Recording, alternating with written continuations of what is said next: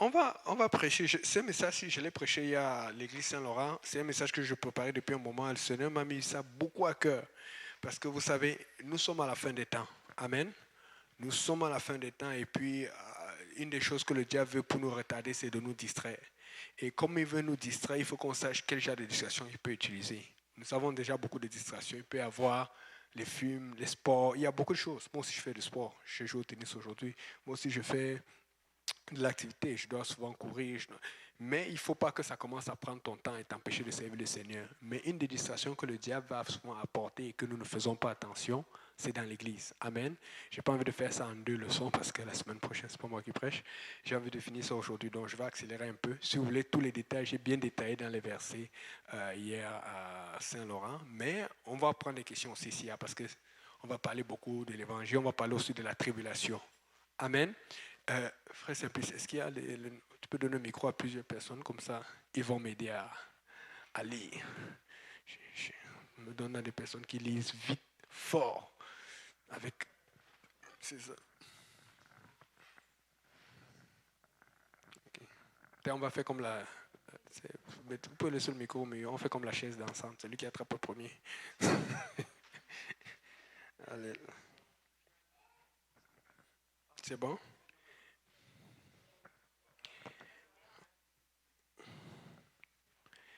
Donc, pour ouvrir, je vais lire Matthieu chapitre 24, verset 14.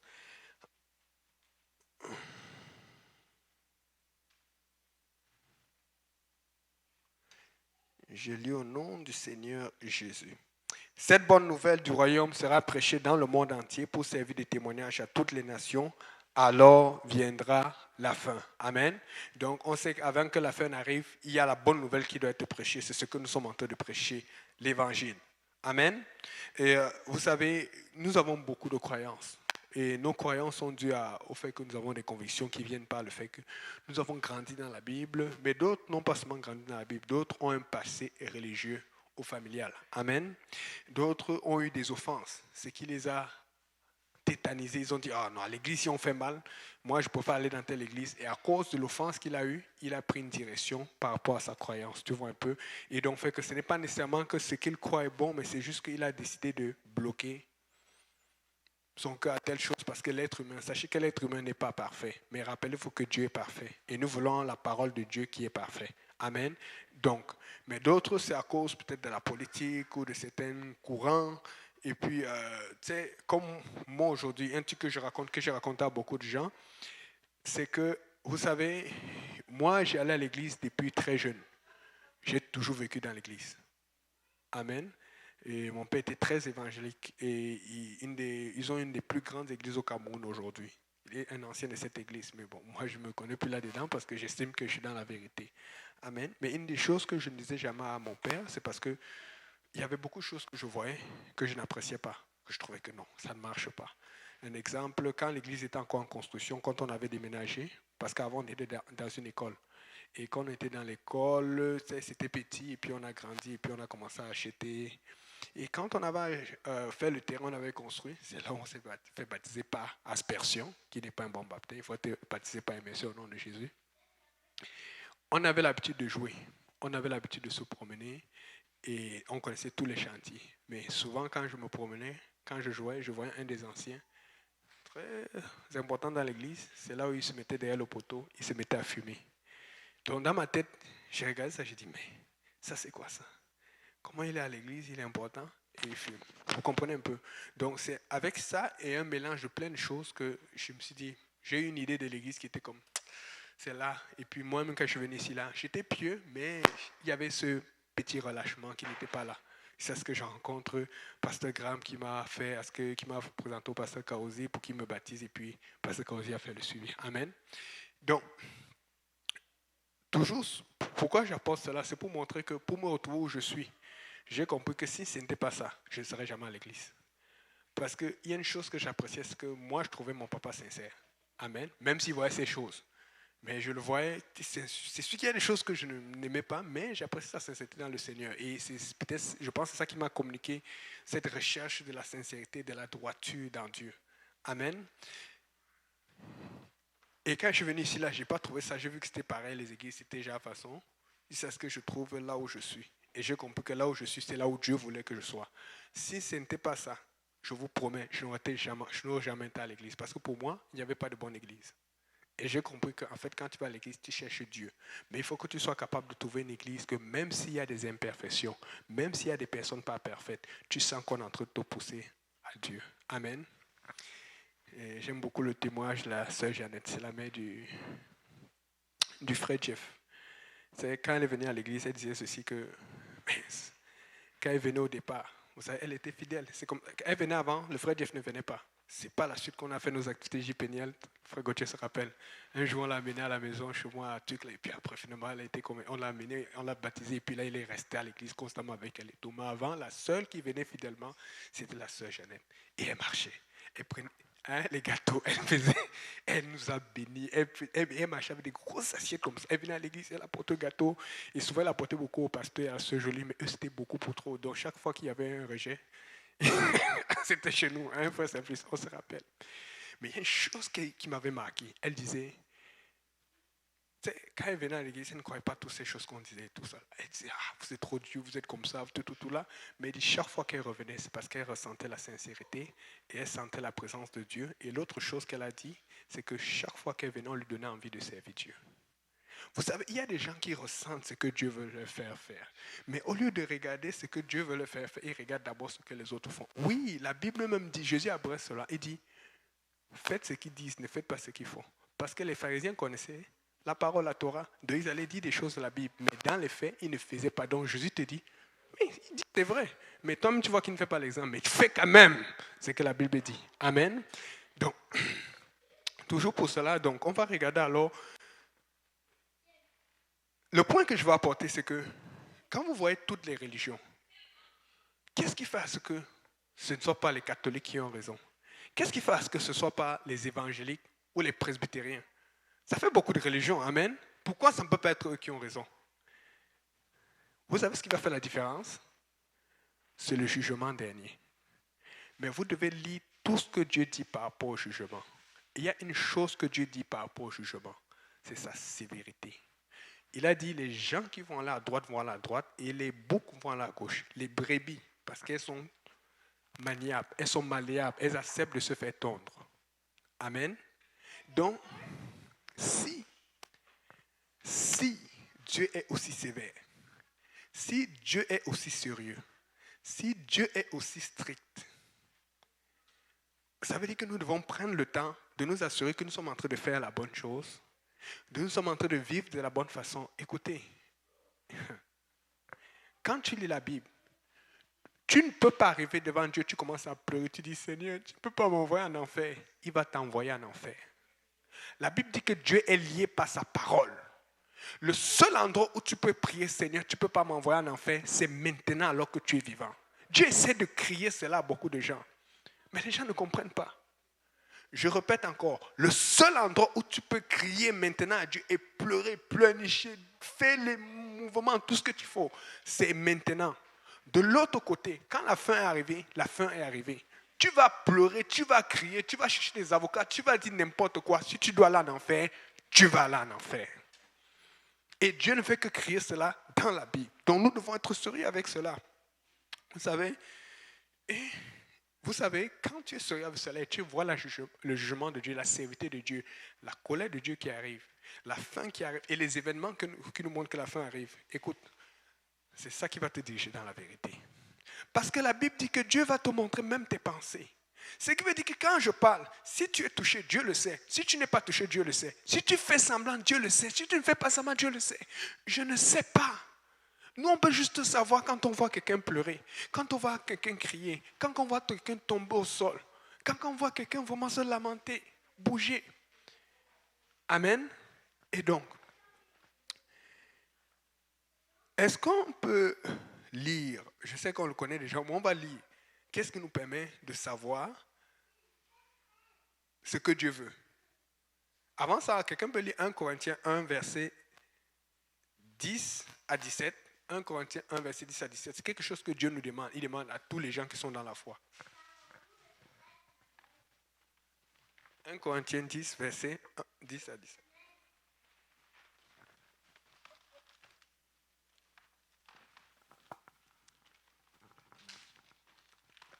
« 1 Corinthiens chapitre 10, 1 Corinthiens chapitre 1, verset 10 à 17. 1 Corinthiens chapitre 1, 10 à 10. Je vous exhorte, frères, par le nom de notre Seigneur Jésus-Christ, à tenir tous un même langage et à ne pas avoir de division parmi vous, mais à être parfaitement unis dans un même esprit et dans un même sentiment. Car mes frères, j'ai appris à votre sujet par les gens de Chloé qu'il y a des disputes au milieu de vous. Je veux dire que chacun de vous parle ainsi. Moi, je suis de Paul, et moi d'Apollos, et moi de Céphas, et moi de Christ. Christ est-il divisé? Paul a-t-il crucifié pour vous? Ou est-ce au nom de Paul que vous avez été baptisés? Je rends grâce à Dieu de ce que je n'ai baptisé aucun de vous, excepté Crispus et Gaius, afin que personne ne dise que vous avez été baptisés en mon nom. J'ai encore baptisé la famille de Stéphanas. Du reste, je ne sache pas que j'ai baptisé quelque autre personne. Ce n'est pas pour baptiser que Christ m'a envoyé. Amen. C'est bon. Donc, on voit ici qu'il commence à parler d'un problème de doctrine. Et dans ce problème de doctrine, ici, c'est le baptême. Amen. Donc, ce que Paul est en train de dire fondamentalement, c'est que vous devez être unis. Il a dit un même langage. Vous ne devez pas être divisés, c'est-à-dire que pas divisés physiquement, parce qu'il y a des gens qui ne s'assoient même pas l'un à côté de l'autre à l'église. Il ne faut pas avoir ça. Amen. Mais il dit vous devez avoir un même esprit. Mais en plus de ça, il dit vous devez avoir un même sentiment. C'est-à-dire que des fois, tu peux être dans l'esprit de l'église, l'esprit d'adoration, mais par derrière, tu vois tel. Il dit ça pourquoi? Parce que c'est Dieu qui voit. Parce que le Seigneur, la Bible dit que Dieu ne veut pas les hypocrites. Amen. Donc, quand Paul dit cela, ça veut dire que si vous baptisez, vous devez baptiser de la même façon. Les gens ne réalisent pas. Ça veut dire que ceux qui vont être unis, ils vont tous être unis, soit dans le baptême au nom du Père, du Fils et du Saint-Esprit, soit dans le baptême au nom de Jésus-Christ. C'est clair. Mais j'ai encore eu ce commentaire aujourd'hui alors que je faisais une étude. Quelqu'un qui est parti demander à son prêtre, un autre catholique, il dit encore ceci, que oh non, on peut faire les deux, c'est la même chose. Mais tu vas revoir que celui qui revient le plus souvent, qui fait consensus, qu'on est sûr que si c'est celui que tu fais, tu ne vas pas avoir de doute sur le baptême au nom de Jésus. Amen. Mais les gens vont toujours vouloir défendre le baptême au nom du Père, du Fils et du Saint-Esprit. Mais la Bible est claire. Et c'est tellement bien écrit. Mais regardez combien de gens ne sont pas baptisés au nom de Jésus. Mais eux tous, ils portent ce bagage et ils se préparent pour aller rencontrer le Seigneur. Hey! Les gens rient avec cela. Les gens prennent ça à la légère. Et donc, il faut être unis dans la vérité. Et on sait que le message de l'Évangile, acte 2, 38, repentez-vous et que chacun de vous soit baptisé au nom de Jésus et vous serez remplis du Saint-Esprit. Vous recevrez le don du Saint-Esprit. Amen.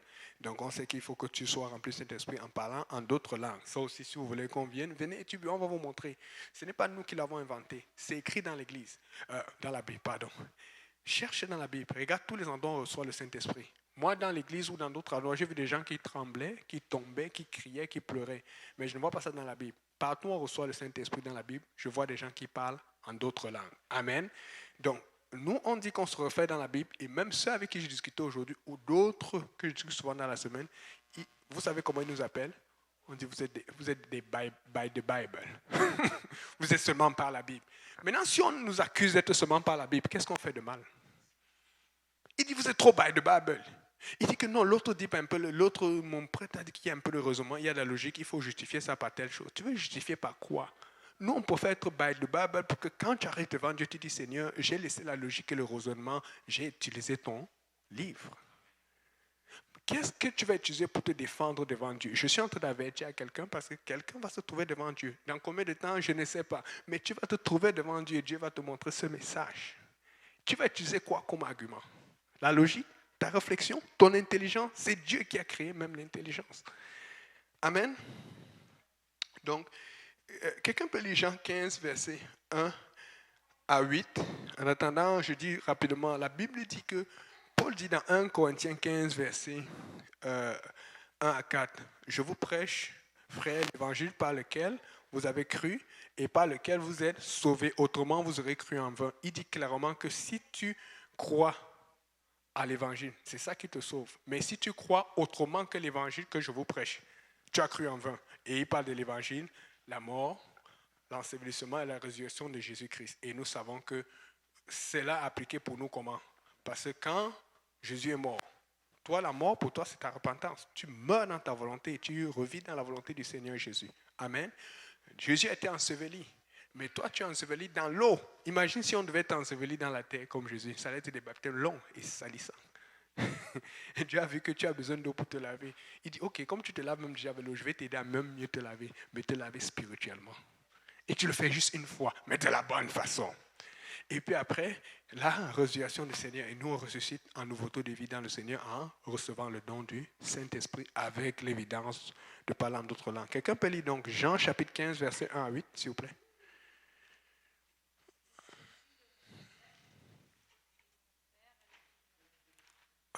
Le micro, pardon. Oui, c'est bon. Elle a son micro.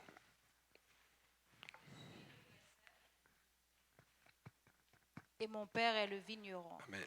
Tout sarment qui est en moi et qui ne porte pas de fruits, il le retranche. Et tout sarment qui porte du fruit, il l'émonde afin qu'il porte encore plus de fruits. Déjà, vous êtes purs à cause de la parole que je vous ai annoncée. Demeurez en moi et je demeurerai en vous. Comme le sarment ne peut de lui-même porter du fruit, s'il ne demeure attaché au cep, ainsi vous ne le pouvez non plus, si vous ne demeurez en moi. Je suis le sceptre, vous êtes les sarments. Celui qui demeure en moi et en qui je demeure porte beaucoup de fruits, car sans moi, vous ne pouvez rien faire. Si quelqu'un ne demeure pas en moi, il est jeté dehors comme le sarment, et il sèche. Puis on ramasse les sarments, on les jette au feu, et ils brûlent. Si vous demeurez en moi et que mes paroles demeurent en vous, demandez ce que vous voudrez, et cela vous sera accordé. Si vous portez beaucoup de fruits, c'est ainsi que mon Père sera glorifié et que vous serez mes disciples. Amen. Qui veut glorifier le Père? Qui veut être disciple de Jésus? Est-ce qu'on est d'accord que les disciples de Jésus vont aller au ciel? Est-ce qu'on est d'accord que ceux qui ne sont pas disciples de Jésus ne vont pas aller au ciel? Mais il dit, maintenant, si vous voulez être mes disciples, il dit, portez beaucoup de fruits. Maintenant, les gens voient ça comme une pression. Vous savez pourquoi c'est une pression? C'est parce qu'on ne regarde pas les processus que Dieu a donné pour qu'on porte des fruits. Dieu a dit, vous devez porter des fruits. Si vous devez porter des fruits, c'est parce qu'il a prévu un moyen par lequel tu vas porter des fruits. Et le moyen par lequel tu portes des fruits, c'est l'évangile. Mais les gens sont en train de discuter avec l'évangile. Si tu luttes avec l'évangile, comment tu vas porter des fruits? Il dit, si tu ne portes pas de fruits, il te coupe. Donc, il dit, je suis le cep. Le cep, c'est le pied de vigne. Les sarments, c'est les branches. C'est ça qui porte les vignes. Mais la Bible dit que si quelqu'un porte du fruit, il les émonde. Il émonde pourquoi? Parce que émonder, ça veut dire couper les herbes mortes, les petites parties qui ne fonctionnent pas normalement. Donc, fait que, il sait que tu portes, mais il voit tes petits défauts. Il arrange. Pendant que tu portes du fruit, il arrange pour que tu portes encore plus. La Bible dit qu'il porte encore plus de fruits. Alors, si tu dois porter des fruits, connecte-toi à Dieu. Mais connecte-toi à Dieu comme lui l'a demandé dans la parole de Dieu. Amen. Mais les gens luttent encore avec cela. Donc, alors, j'ai alors regardé, vous savez, dans l'unité des croyants, j'ai un peu regardé un peu chez nous là, c'est notre mouvement, comme on dit que nous, les pentecôtistes, on aime Dieu, on est dans la vérité. Mais il y a une chose que j'ai remarqué qui est un bon exemple. C'est on va parler un peu de tribulation. Vous savez que les gens croient à 3 périodes de tribulation. Ils croient en la pré-tribulation, c'est-à-dire que l'enlèvement avant la tribulation, en l'enlèvement mi-tribulation, c'est-à-dire que l'enlèvement va arriver au milieu de la tribulation, et à la post-tribulation, l'enlèvement va arriver après la tribulation. Amen. C'est important qu'on parle de ce sujet parce que vous allez voir, ça va revenir, on va vous poser des questions de fois de suite. Mais des fois, ça va être important de répondre, mais des fois aussi, ça va être important de passer le sujet. Parce que ça peut devenir une distraction et empêcher les gens de se concentrer sur l'essentiel qui est l'évangile. Amen. On va regarder ça là et analyser tous ensemble. La Bible, pas la Bible. Quand vous regardez nos mouvements, Ce que j'ai aimé, c'est que nous avons beaucoup d'églises. Moi, je crois que l'enlèvement va arriver avant la tribulation. Amen. Mais ce n'est pas un péché si tu crois que l'enlèvement va arriver après la tribulation. Mais ce que j'aime, c'est que dans l'église pentecôtiste unie ou dans d'autres églises, il y a beaucoup de gens qui sont unis, qui pensent que l'enlèvement va arriver après la tribulation. Mais ils travaillent quand même ensemble. Mais ils travaillent ensemble parce qu'ils sont unis dans quelque chose, le message de l'évangile. Le baptême au nom de Jésus-Christ, la repentance, c'est le baptême du Saint-Esprit avec l'évidence de parler en langue. C'est le plus important. Et par la suite, porter des fruits. Comment tu vas porter des fruits si tu luttes avec la sanctification? Comment tu vas porter des fruits si tu luttes avec les choses qu'on t'enseigne pour grandir? Ce qu'on t'enseigne, c'est pour que tu grandisses. Amen. Donc, ça, c'est bon. Mais le mauvais exemple, c'est que j'ai entendu, pas tous, mais la plupart, vous pouvez voir surtout aux États-Unis, parce que là où il y a la prolifération de tous les groupes. OK? Je n'ai pas dit tous, parce que les gens vont commencer à dire que tous les post-tribulationnistes disent cela. Mais il y a des post-tribulationnistes qui disent que si tu crois à l'enlèvement, au mauvais moment, tu es cuit. C'est-à-dire que si tu crois que l'enlèvement, c'est avant la tribulation ou après la tribulation, tu ne vas pas te sauver. Mais pourtant, la Bible a dit tout à l'heure que je vous prêche l'évangile par lequel vous êtes sauvés. Autrement, vous aurez cru en vain. Ce qui va t'empêcher de croire ou d'être sauvé, c'est que tu crois au mauvais évangile ou que tu appliques mal l'évangile. C'est l'évangile qui sauve. Mais il faut que tu persévères dans l'évangile et que tu restes ancré en Jésus-Christ en portant des fruits. Amen. Mais les gens vont mettre le salut par rapport à la croyance de la tribulation ou de pas la tribulation. Bon. D'autres, ils ont même lié cela à la vaccination. Il y a des gens qui pensent que si tu es vacciné, c'est fini. Il y a des gens qui pensent aussi, pas beaucoup, pas tous, mais il y a des courants comme ça. Il y a d'autres qui disent que non, si tu es vacciné, c'est juste un appât, parce que par la suite, quand on va venir te donner la marque de la bête, de la même façon qu'on t'a mis la pression pour te faire vacciner, tu ne vas pas pouvoir tenir. Amen. Je vais clarifier une chose. Moi, si je ne suis pas vacciné, ce n'est pas à cause de cela. C'est parce qu'ils ont menacé beaucoup de gens, ils ont mis la pression à beaucoup de gens, ils ont fait des choses que je ne suis pas d'accord, ils ont fermé des églises. Ça m'a révolté. J'ai dit, OK, ils vont me tuer, ils vont faire ce qu'ils veulent. Ils ne vont pas me toucher. Ils ne vont rien mettre sur moi. Amen. Donc, étant donné cela, moi je suis d'accord avec nos pasteurs qui sont vaccinés parce qu'on a des pasteurs qui ont besoin de faire un ministère.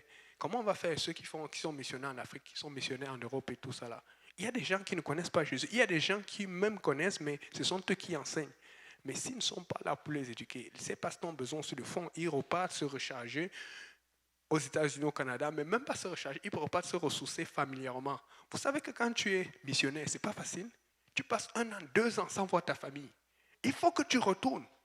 Donc imaginez si on les bloque, on les empêche de voyager. Mais les gens ne pensent pas à cela. Non seulement, ils sont vaccinés. Les gens n'ont même aucune idée. Parce qu'eux, ils ne sont pas là, ils ne sont pas occupés dans les missions. Ils sont bloqués quelque part, ils font un truc dans un coin local. Ils ne pensent pas à tous ceux qui voyagent pour donner leur vie pour les autres. Si tu n'es pas vacciné ou si tu es vacciné, ça n'a rien à voir avec ton salut. C'est un choix personnel. Amen. Donc si quelqu'un vous dit ça, sachez que c'est faux.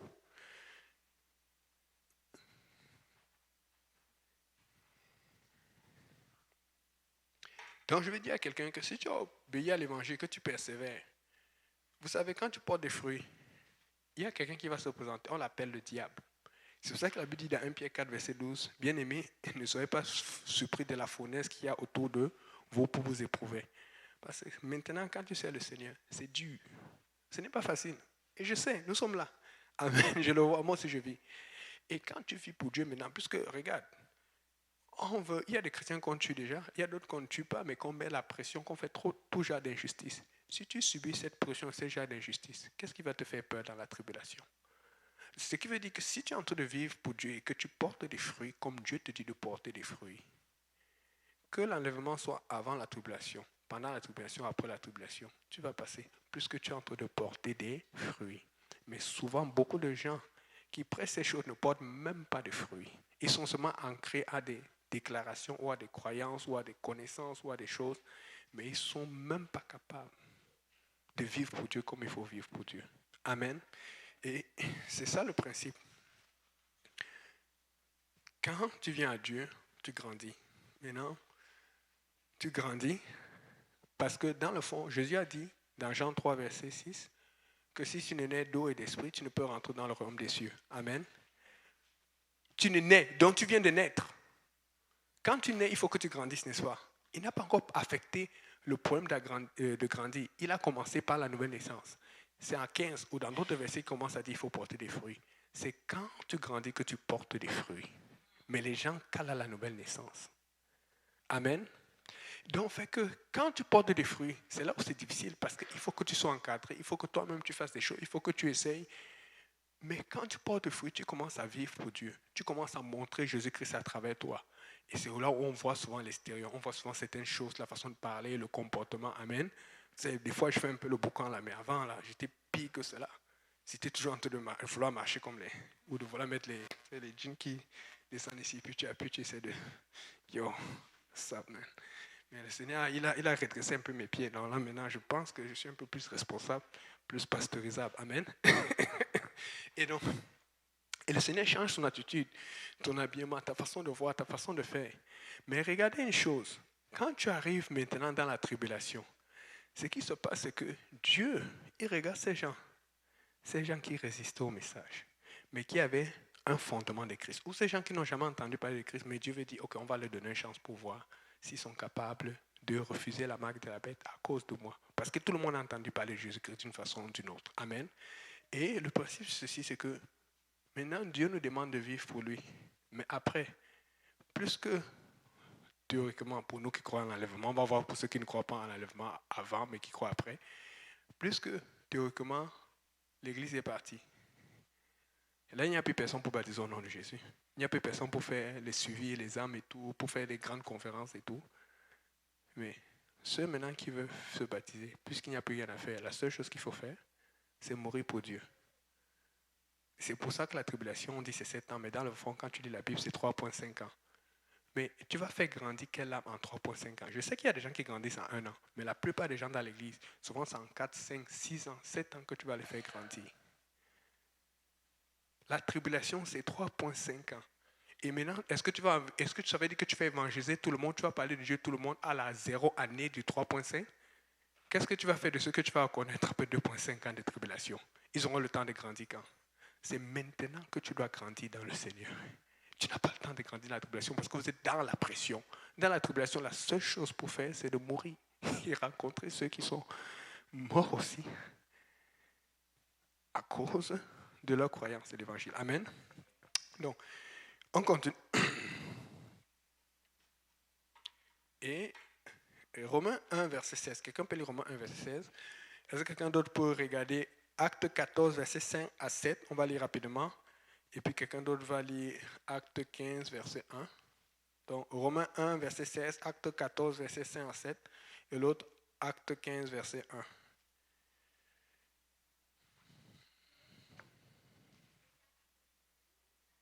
Car je n'ai pas honte, car je n'ai point honte de l'évangile de Christ. C'est une puissance de Dieu pour le salut de quiconque croit, du juif premièrement, puis du grec. Ok. Car je n'ai pas honte de l'évangile de Christ. D'abord, il ne faut pas avoir honte de l'évangile de Dieu. Regardez bien. Est-ce que tu es capable de prêcher l'évangile à tout le monde, à ton travail, ou dehors, ou à ton école? Des fois, tu vas dire, ah non, c'est rien. Mais sois honnête, est-ce que c'est rien ou c'est parce que des fois, les gens ne veulent pas croire cela parce qu'ils voient l'effort qu'il y a fait. Parce que Dieu veut que tout le monde prêche l'évangile. Amen. Parce que si tu es sauvé par l'évangile, tu dois être heureux. Mais il dit, c'est une puissance pour le salut de quiconque croit. Mais les gens mettent la croyance de la tribulation et ils lisent avec le salut. Il dit, c'est l'évangile qui est une puissance pour le salut. Amen. Pour regarder les situations avec le salut, regarde l'évangile. Amen. Ok, maintenant. Et là, quelqu'un peut lire Acte 14, versets 5 à 7. Et comme les païens et les juifs mettaient en mouvement pour les outrager et les lapider, Paul et Barnabas, en ayant eu connaissance, se réfugièrent dans les villes de la Lycaonie, à Lystre et à Derbe, et dans la contrée d'alentour. Et ils annoncèrent la bonne nouvelle. Ok, vous voyez déjà l'opposition. Et vous allez voir dans beaucoup d'endroits, il y a un endroit où on a lapidé Paul, on l'a même laissé pour mort. Amen. Mais tu sais, bon, je vais faire attention parce que les gens vont commencer à dire que j'ai dit des choses qui ne sont pas trucs, mais quand on dit qu'on l'a laissé pour mort, ça veut dire qu'on croyait vraiment qu'il était mort.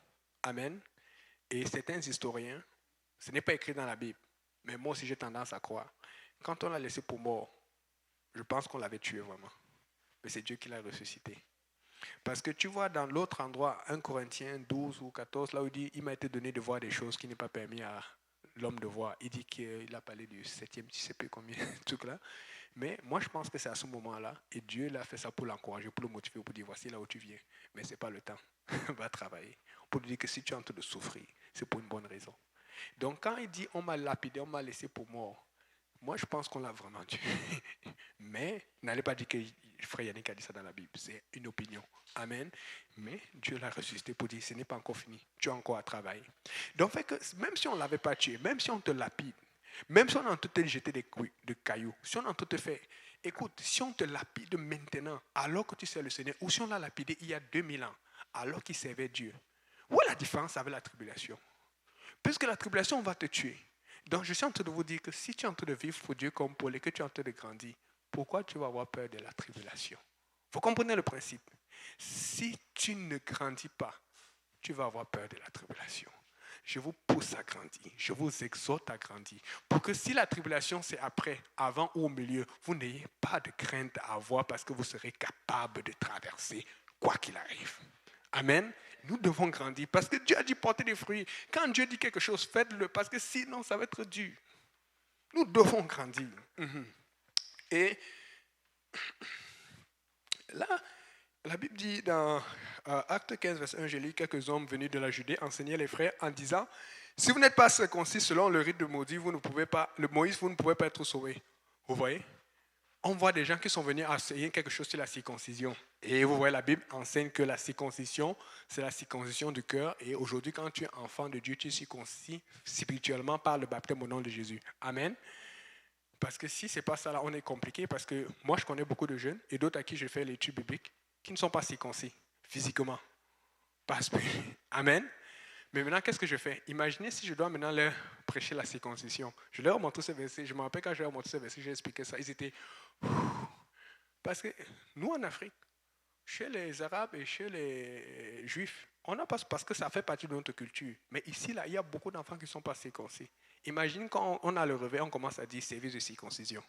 Mais c'est quoi ça? Vous voyez comment ça... C'est ce que j'en te dis. Il y a des distractions comme ça dans la Bible. Et il faut faire attention que la tribulation ne devienne pas aussi une distraction. Parce que c'est un truc qui venait attaquer et les gens commençaient à dire que si tu n'es pas circoncis, tu n'es pas sauvé. Amen. Et il faut comprendre que c'est difficile maintenant parce que à ce moment, il...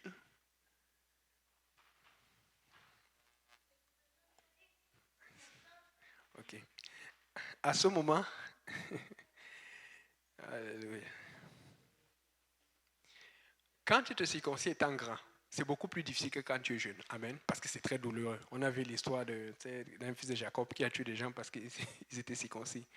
C'est douloureux. C'est beaucoup plus facile quand tu es plus jeune. Et puis, il y a moins, c'est mieux pour la santé et tout. Ça commence très jeune. C'est plus hygiénique. Mais imagine, vous voyez, parce qu'il faut réaliser, parce que nous attendons un réveil et je sais que le réveil va arriver. Et je vous promets, je vous dis, c'est juste une question de temps. Ça va exploser comme pas possible. Le diable essaie juste de vous décourager. Vous allez voir des hommes venir. Amen. C'est des gens en travail. Mais imaginez tous ces gens-là. Parce que ce que je dis, ça va être aussi une autre distraction. Des gens qui vont être offensés par des Québécois. Des gens qui vont être offensés par des vont commencer à leur dire que nous, on vient d'Afrique, nous ici, nous, on est circoncis. Ça va arriver. Mais préparez-vous à leur dire que non, ce n'est pas dans la Bible, c'est une distraction. Si ça, c'est une distraction, la tribulation aussi va être une distraction parce que pour le salut, c'est l'évangile, la puissance de l'évangile et il faut grandir et porter des fruits. Amen. C'est un point, un trait. Là maintenant, Paul nous donne alors un avertissement. Mais avant cela, regardez un peu ce qu'ils disent. Alors qu'ils sont en train d'évaluer la situation. Et quand ils évaluent la situation, la Bible dit que Paul et Barnabas eurent avec eux un débat et une vive discussion. Et les frères décidèrent que Paul et Barnabas et quelqu'un d'eux monteraient à Jérusalem vers les apôtres et les anciens. Quand tu regardes les manuscrits anciens, quand tu regardes d'autres versions, quand on dit vive discussion, c'était vraiment une discussion torride. C'était le genre de discussion que tu vois à l'église, tu dis est-ce que c'est sain? Ça, c'est le genre de discussion qu'on a souvent quand on commence à jouer au Monopoly. Là. Quand ça commence à devenir chaud, même nous, mon prix. Ok, les gars, pause. Prions un peu. Amen. Il faut que les enfants de Dieu s'amusent. Mais des fois, là, quand quelqu'un veut gagner, il veut gagner. Amen. C'est le genre de discussion, là. Ça commence à devenir des mots tout. Si tu vois Paul et Barnabas qui disent qu'ils vont aller à Jérusalem, quand vous voyez qu'ils vont dire qu'ils vont aller voir, c'est la même chose. Quand on dit qu'on va aller voir le pasteur, c'est parce que ça devient sérieux. Donc, dans ce cas, c'est devenu très sérieux. Ça devenait un problème. C'est pour ça qu'ils disent que nous allons avoir, parce qu'il fallait clore la discussion, parce que ça commençait à aller loin. Et les gens commençaient à piquer. Et on le sentait. Mais la Bible dit que ici, verset 3, après avoir été accompagnés par l'Église, ils poursuivirent leur route à travers la Phénicie et la Samarie, racontant la conversion des païens et ils causaient une grande joie à tous les frères. Donc, ils ont eu un problème ailleurs, mais quand ils sont partis à Jérusalem, ils se sont arrêtés quelque part. Quand ils sont arrêtés, ils ont continué à prêcher l'évangile, à raconter la conversion, parce que les gens se convertissaient à cause de l'évangile. Amen. Donc, ils ont continué à prêcher l'évangile ou les effets de l'évangile. Ils ne sont pas arrêtés en Phénicie ou ailleurs pour dire, vous savez, on a eu une discussion sur la circoncision. Mais c'est ce que les gens font dans l'église aujourd'hui. Ils distraient et les gens vont rendre des comptes à Dieu aujourd'hui. Ils distraient et avec la circoncision, et avec la tribulation, et avec telle chose. Et les gens n'arrivent plus à grandir. Tu dois prêcher l'évangile, tu dois pousser les gens à grandir et à porter des fruits. C'est ça que Dieu veut que tu fasses. Et donc, et là, ils ont causé une grande joie parce qu'ils n'ont pas sorti des sujets qui empêchent les gens de grandir. Les gens veulent grandir. Déjà, même quand tu as te prêcher l'évangile, il y a l'opposition de Satan. Il y a beaucoup d'opposition. Tu vas encore ajouter une distraction là-dedans? Arrivé à Jérusalem, il fut reçu par l'église et les apôtres et les anciens racontaient tout ce que Dieu leur a vu. Donc, il parle. On arrive, je vais aller rapidement. On arrive au verset 19. Il dit, c'est pourquoi je suis d'avis qu'on ne crée pas de difficultés à ceux des païens qui se convertissent à Dieu. Et on sait comment les gens se convertissent. C'est-à-dire que si tu te convertis en obéissant à l'évangile, pourquoi on va encore créer des difficultés avec la circoncision? Amen. Mais qu'on leur écrive de s'abstenir des souilles, des idoles, parce qu'il y a des choses quand même qu'il fallait s'abstenir, et de l'impudicité, des animaux étouffés et du sang. Amen. Donc, il précise cela. Maintenant, quelqu'un peut lire Galates 1, verset 6 à 9.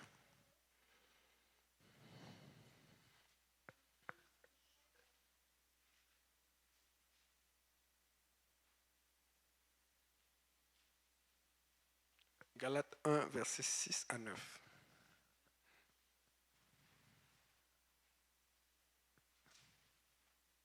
1, 6 à 9. Paul apôtre,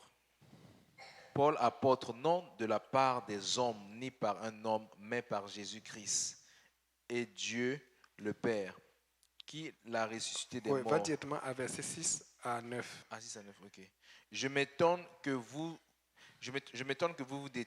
vous détourniez si promptement de celui qui vous a appelé par la grâce de Christ pour passer à un autre évangile. Amen, c'est bon. Je vais continuer le reste. Il dit pour passer à un autre évangile, parce qu'évangile veut dire message, bonne nouvelle. Donc il dit pour passer à un autre évangile, ça dit pour passer à un autre message. Vous comprenez un peu? C'est-à-dire qu'il faut que le message qui a été prêché dès le départ reste le même pour tout le monde. Si tu veux changer le message, tu es en train de détruire ce que Dieu a fait pour son Église. Il dit, je m'étonne que vous passiez pour passer à un autre évangile. Regarde ce qu'il dit. Non qu'il y ait un autre évangile, mais il y a des gens qui vous trouvent et qui veulent renverser l'évangile de Christ. Il dit, mais quand nous-mêmes, quand un ange du ciel annoncera un autre évangile que celui que nous avons prêché, qui soit anathème, c'est-à-dire maudit, rejeté.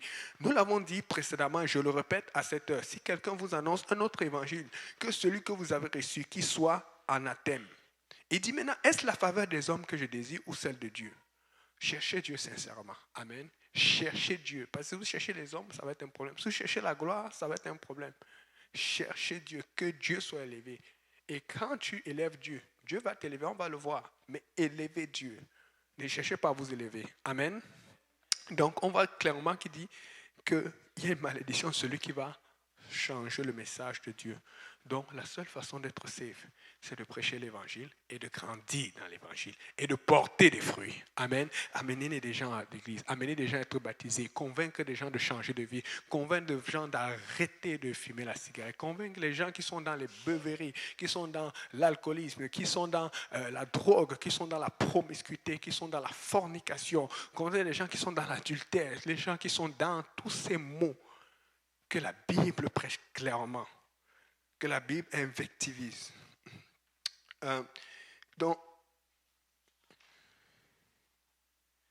là, on va aller voir un peu ce que Paul quel est l'avis qu'il donne alors sur cette affaire de l'enlèvement? Après que Paul lui-même ait dit qu'il ne faut pas changer l'évangile. 1 Thessaloniciens 4, versets 16 à 19. Si quelqu'un d'autre peut regarder 2 Thessaloniciens 2, versets 1 à 13.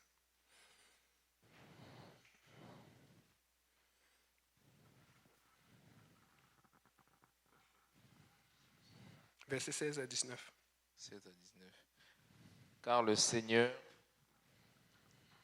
lui-même a un signal donné à la voix d'un archange, et au son de la trompette de Dieu descendra du ciel, et les morts en Christ ressusciteront premièrement.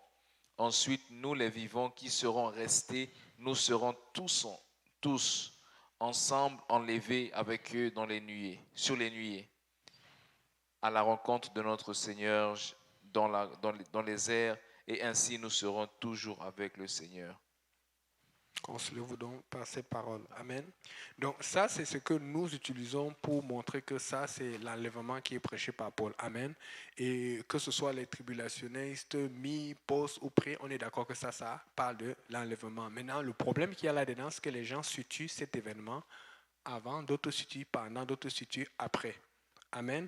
Mais je voulais juste le dire que Paul le déclare. Donc Paul nous avertit qu'il faut savoir que les morts en Christ ressuscitent en premier. Que veut dire mort en Christ? Ça veut dire que si tu es mort en servant Christ, c'est simple. Donc, fait que si ce soit après ou avant ou pendant la tribulation que l'enlèvement arrive, sois sûr que tu es mort en servant Christ. Donc, si tu es en train de servir Christ là maintenant, pourquoi tu es en train de paniquer?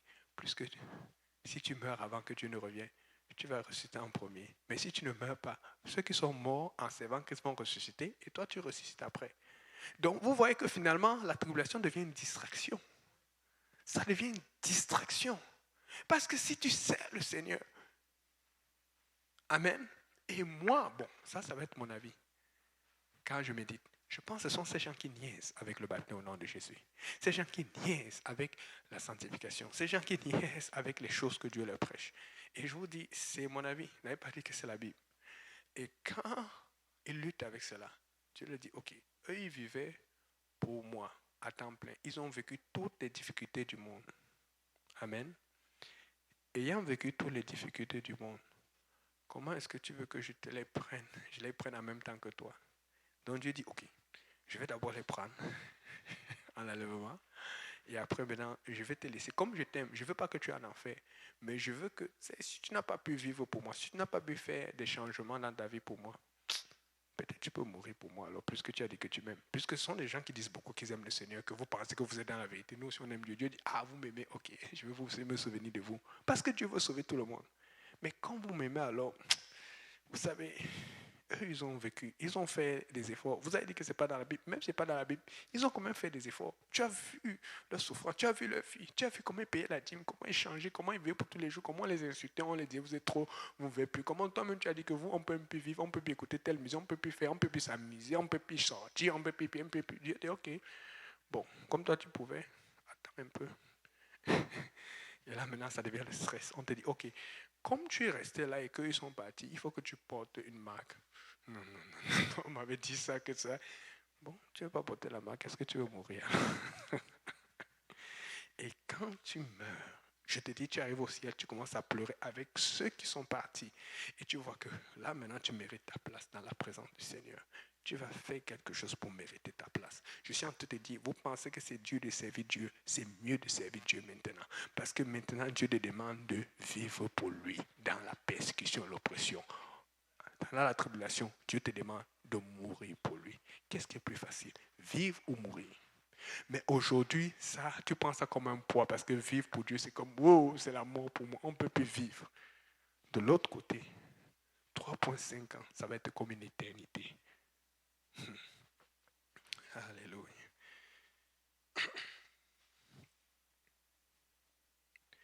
Donc, là, je lis 2 Thessaloniciens 2, versets 1 à 13. Je lis rapidement.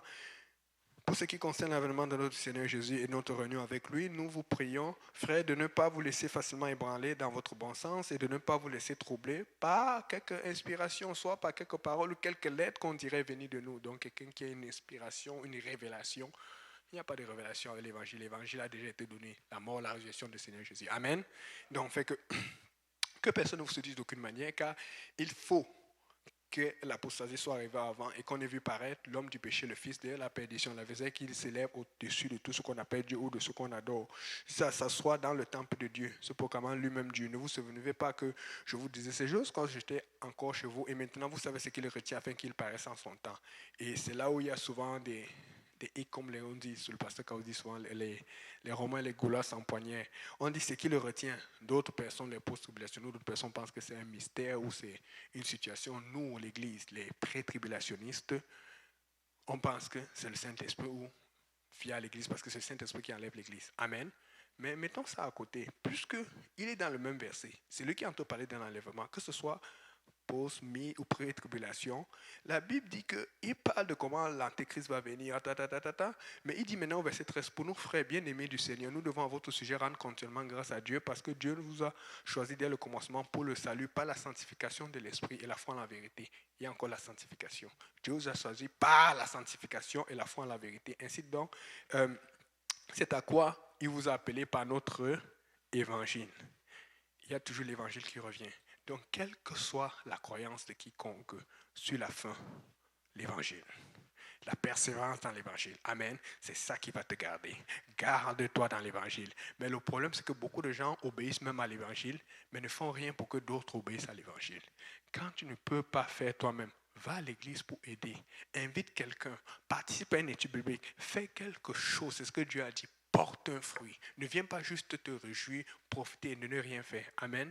Écoutez, vous savez, des fois qu'on fait, souvent qu'on fait des challenges péniels, on invite des gens. Des fois, on ne sait pas comment, on va un peu tester. Une des premières personnes qu'on aime souvent tester, c'est la sœur Catherine, parce qu'elle va faire le héros. Hé, Seigneur. Le petit héros qu'elle fait là, elle ne sait pas combien d'âmes elle a sauvé avec. Parce que ça fait que je n'ai pas besoin de me fatiguer pour les crêpes. Tu vois un peu, je n'ai pas besoin de me fatiguer pour telle chose. Ça te sauve. Fais quelque chose. Comment quand tu arrives à Dieu, quand tu sens que tes arguments que tu avais préparés, ça passe là. Tu dis, bon, je vais me rappeler ce que je faisais pour l'église spécifiquement. Tu commences à sortir. Mais si tu ne sors pas maintenant, qu'est-ce que tu vas sortir devant Dieu? Écoutez, préparons-nous pour parler à Dieu. Parce que nous allons tous rencontrer Dieu. Moi inclus. Et on va voir, parce que ne pensez pas que parce qu'on est pasteur, on va plus nous demander. Parce qu'il y a des choses que vous ne savez pas. Nous aussi, on a des batailles. On a beaucoup de batailles. On va rendre compte à Dieu. Celui à qui on a beaucoup donné, on a beaucoup demandé. Amen. Donc, il a mis l'importance sur l'évangile. Donc, maintenant, on va finir avec ceci. Regardez ici, là. Le Seigneur dit dans Matthieu 24, verset 15. Amen. Et Luc 17, verset 31. Je vais vous laisser lire ça après parce qu'on n'a plus le temps, je veux gagner du temps.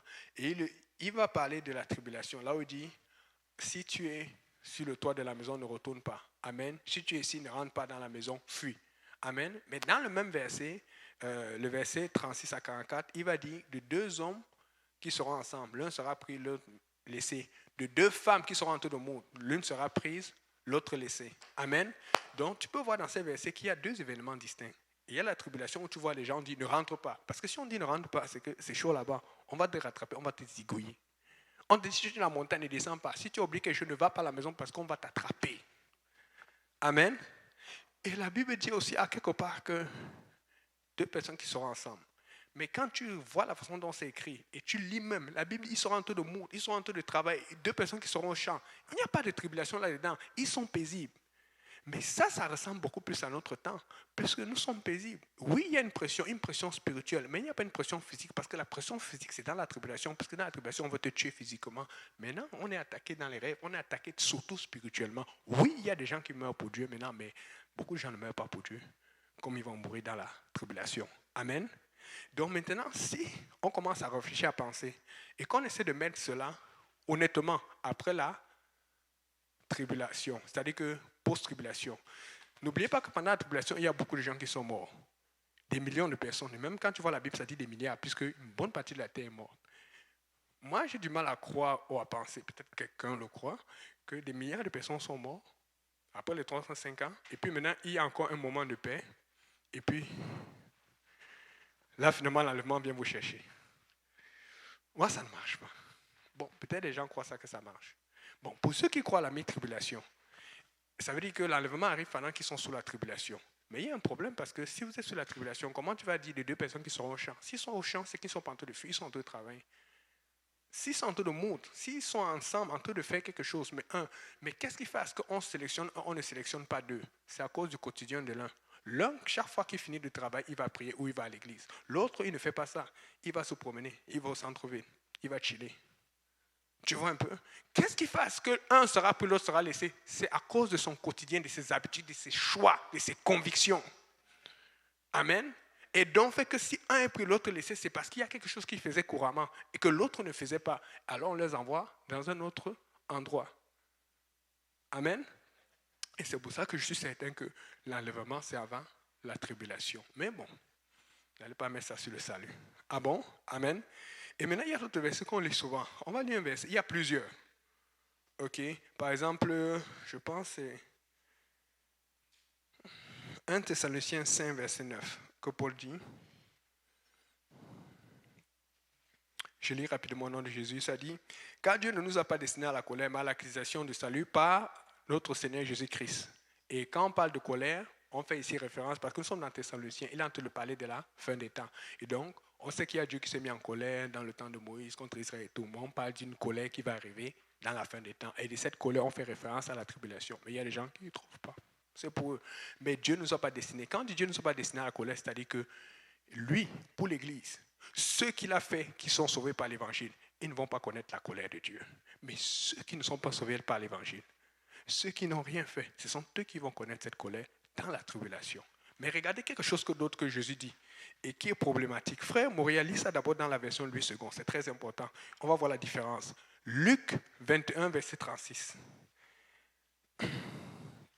Ensuite, je vais lire ça dans la version Osterwald. Si tu peux lire ça à haute voix.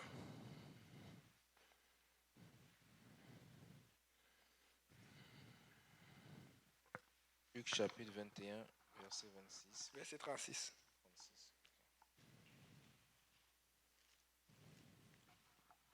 Verset 36, la Bible dit, « Veillez donc et priez en tout temps, afin que vous ayez la force d'échapper à toutes ces choses qui arriveront et de paraître debout devant le Fils de l'homme. » Ok, et vous voyez comme c'est dit ici, la Bible dit qu'afin que vous ayez la force. Donc c'est comme si tu aurais eu besoin d'une force pour échapper pendant la tribulation. Mais voilà pourquoi il faut toujours aller étudier en profondeur. Regardez ce que la version Osterwald dit. La Bible dit dans la version Osterwald, « Veillez donc et priez en tout temps, afin que vous soyez trouvés dignes d'éviter ces choses qui doivent arriver et de subsister devant le Fils de l'homme. » D'un côté, on dit trouver la force, ça ressemble à la tribulation. Mais de l'autre côté, on dit juger digne. Juger digne, ça ne ressemble pas à la tribulation, ça ressemble plutôt à l'enlèvement. Parce que là, on te juge que tu dois éviter cela. Mais dans l'autre côté, on dit que prie et veille pour qu'on te donne la force quand la tribulation va arriver. C'est pour ça qu'il faut aller en profondeur. Maintenant, pour être sûr, je suis allé regarder les manuscrits anciens. Et le mot qui est utilisé là, c'est le mot katasio. Katasio, ça veut dire juger digne, déclarer, décider, ordonner.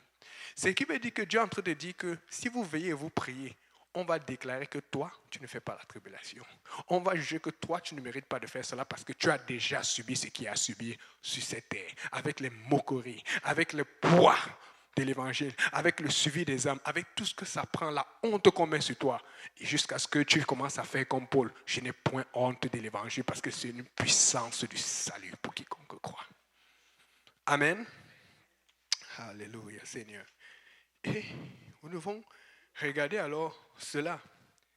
Et Jésus dit, et quand on regarde des gens qui croient, je faisais une statistique, je vois qu'il y a environ 2 milliards ou 2,6 milliards de chrétiens, mais on sait que par cela, il y a les catholiques, un mélange. Et quand je regarde les pentecôtistes et unicitaires, post-tribulationnistes, je tombe dans un chiffre maximum de 3 millions, maximum plus conservateur 5 millions. Et même là-dedans, on sait qu'il y a des gens qui sont hypocrites que Dieu va envoyer en enfer. Mais mettons qu'il y en a 3 millions, 5 millions en ce moment. Mais quand je divise par le nombre de personnes sur la terre, 7 milliards et quelques. Vous savez combien ça fait? Ça fait que le nombre de personnes qui croient en l'unicité de Dieu et à la vérité, c'est dans les 0,038%. Et le chiffre le plus conservateur, c'est 0,0 en fait, c'est 0,0038% le minimum, mais le plus max qu'on peut avoir, c'est 0,006%. Ce qui veut, et j'ai à multiplier après le 100%. Ce qui veut dire qu'il y a tellement de gens à évangéliser. Et c'est ça que le Seigneur m'a montré quand je mettais les dedans. Parce que chaque fois que je voulais méditer, jeûner, prier, chercher la direction pour pouvoir prouver mon point de vue sur la tribulation. Parfois, que non, je suis sûr que c'est la pré-tribulation. Dieu ne me laissait jamais. Je ne comprenais pas pourquoi. Et c'est là où il m'a montré cela. Parce que ce soit post-tribulationniste, que ce soit pré-tribulationniste, mi-tribulationniste, tous connaissent quelque chose de Dieu qui doivent l'enseigner. Ils doivent l'enseigner l'évangile, le baptême au nom de Jésus. Il y a tellement déjà à l'enseigner. Et nous, au lieu d'aller enseigner ces gens qui s'en vont en enfer, pour qu'ils n'aillent plus en enfer, nous sommes en train de lutter entre nous et de faire des trucs pour montrer qu'on connaît tout cela. J'ai dit, Seigneur, pardonne-moi. Moi, je vais aller prêcher l'évangile. S'ils veulent dire ce qu'ils veulent. Mais pendant que je prêche l'évangile, je peux aussi donner mon avis pour encourager les gens à continuer à servir Dieu. Amen. Mais nous devons prêcher l'évangile. Amen. Et pour finir, Jésus dit, nul ne connaît l'heure. Amen. Si tu ne connais pas l'heure et que tu mets ça dans la tribulation, il y a un problème. Parce que dans la tribulation, tout le monde est en train de mourir. Donc, fait que ça change quoi? Si tu ne connais pas l'heure, puisque tout le monde meurt, il n'est pas la bien. Mais après la tribulation, il y a un problème, puisque maintenant, on sait qu'après la tribulation, des milliards de personnes sont mortes. Et tu es après la tribulation, même si tu ne connais pas l'heure, tu penses que tu vas être à l'aide comme pas possible, parce que pendant 3 points, Amen. Moi, je situe plus ce moment, l'heure de l'arrivée du Seigneur, en ce moment. Parce que Dieu peut arriver maintenant, il peut arriver après. Mais il faut que nous soyons prêts. Et dans tous les cas, quelle que soit ta version ou ta conviction, nous avons l'obligation de grandir. Et d'après Jésus, je n'ai pas dit que c'est le pasteur Yannick, d'après Jésus, nous avons l'obligation de porter des fruits. Regarde ton main, tu dis porte des fruits. Alléluia. Le frère Saint-Pierre va venir pour prier, pour conclure et pour bénir le repas. Et puis, on va pouvoir repartir sain et sauf. Alléluia. Amen. Est-ce qu'on peut se lever dans la présence du Seigneur?